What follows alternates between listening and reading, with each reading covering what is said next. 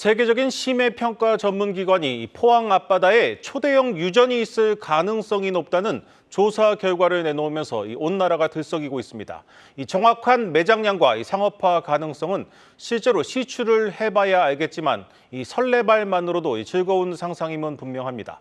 취재 기자와 자세히 들여다보겠습니다. 산업부 고영욱 기자 나왔습니다.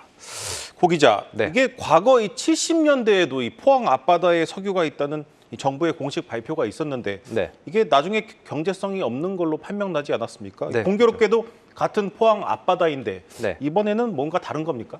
이번 일단은 그 산업통상자문은 오늘 발표까지 이르는 과정에서 어쨌든 그 신중의 신중을 거듭했다고 설명을 했습니다. 네.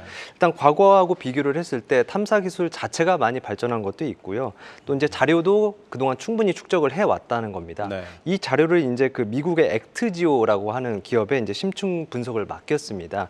액트지오사는 이제 세계 최고 수준의 심해 기술 그 전문 기업입니다. 이 회사 대표 이제 빅터 아브레오는 전 미국 퇴적학회장과 그리고 엑슨모빌 지질그룹장을 역임한 세계 심해 지역 탐사 권위자입니다. 네. 이런 액트지오로부터 이제 지난해 말 받은 결과가 동해에 이제 35억에서 140억 배럴에 달하는 이제 석유가스가 매장된 것으로 추정된다는 내용이고요. 네. 이제 이걸 다시 이제 국내 자문단 검증도 하고 3중, 4중으로 검증을 했다고 설명했습니다. 안덕근 산업부 장관 설명을 직접 들어보시죠.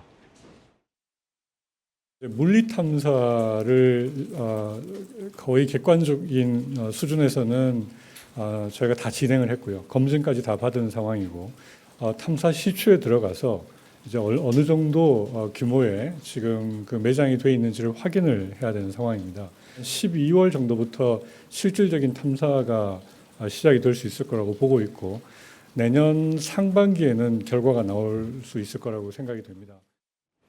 이 정부 발표나 이 지금의 기술 수준을 생각할 때 분명 예전과는 조금 다르게 볼 수 있겠습니다. 네. 그렇다면 이번에는 이 경제성 때문에 이 개발을 포기할 가능성은 크지 않다 이렇게 봐도 되는 겁니까? 일단 우선 그 성공 가능성도 높고 또 경제성도 있기 때문에 그런 판단을 했기 때문에 정부가 발표한 것으로 이해할 수 있습니다. 네. 일단 지금부터는 이제 실제 그 석유와 가스가 존재하는지 그리고 실제 매장 규모는 얼마나 되는지를 확인하는 탐사 시추 단계로 넘어갈 단계인데요. 이제 산업부가 밝힌 이 탐사 시추의 성공 확률은 20%입니다. 이제 석유가스가 매장이 됐을 거라고 판단이 되는 곳을 이제 5번 뚫으면 그 중에 한 번은 터진다는 얘기입니다. 네. 이건 굉장히 높은 수치입니다. 이제 앞서 1990년대 후반에 그 동해가스전의 경우에는 네. 11번째 만에 성공을 했습니다.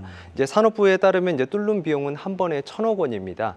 이제 그 매장 가치는 석유가스 140억 배럴이 그대로 묻혀 있다고 했을 때 현재 평균 가격으로 1조 4천억 달러, 우리 돈으로 약 1,900조 원입니다. 참고로 이제 21세기 최대 석유 개발 사업인 남미 가이아나 앞바다 광구가 지금 110억 배럴이 묻힌 것으로 알려졌습니다. 네, 그렇다면 다소 섣부른 감도 있지만 실제로 이 개발이 이루어질 경우 어떤 사업 구조로 진행되는지도 궁금합니다. 또 우리 국민들이 얻는 이득이나 혜택은 어떤 게 있을까요? 네, 이 부분이 저도 이제 궁금했는데요. 정부가 이제 100% 지분을 보유한 그 한국석유공사가 광구를 소유합니다. 네. 이제 앞으로 탐사 시추에 성공하면 이제 그 다음 단계는 개발 단계인데요. 이 개발 단계로 가면은 해상에다가 그 플랫폼도 설치하고 파이프도 심어야 합니다. 개발은 굉장히 많은 돈이 들어갑니다. 기술력도 필요하고요. 그래서 이제 보통 외국인 투자 유치를 합니다. 개발 수익을 지분에 따라서 이제 나눠 갖는 구조입니다. 참여 기업은 이제 글로벌 에너지 기업들을 생각하시면 됩니다. 네. 이제 그러면 이제 국내 기업 등에도 좀 해당되는 기업이 있냐 또 궁금하실 분들이 계실 텐데 석유 산업은 이제 크게 두 단계입니다. 개발까지를 업스트림 그리고 이제 이후 석유를 받아서 정제하는 이제 사업을 다운스트림이라고 하는데요. 업계에 따르면 국내에서 업스트림을 제대로 하는 기업은 사실상 그 SK 이노베이션이 유일합니다. 네. 이렇게 해서 이제 기업들이 참여를 해서 이제 생산이 시작이 되면 정부는 로열티를 받고요. 기업들에게 법인세를 받습니다. 수입 대체 효과도 있습니다. 우리나라가 1년에 수입하는 석유양이 9억 8천만 배럴입니다. 이 140억 배럴이면은 그 연간 수입량의 10배가 넘습니다. 2035년부터 해서 이제 동해에서 석유를 생산하면 그만큼은 이제 석유 수입을 안 해도 된다는 얘기인 거죠. 또 이제 에너지 안보가 강화돼서 지금처럼 이제 중동에서 전쟁이 났을 때 좀 대응이 좀 더 수월해지기도 합니다. 네, 잘 들었습니다. 산업부 고영욱 기자였습니다.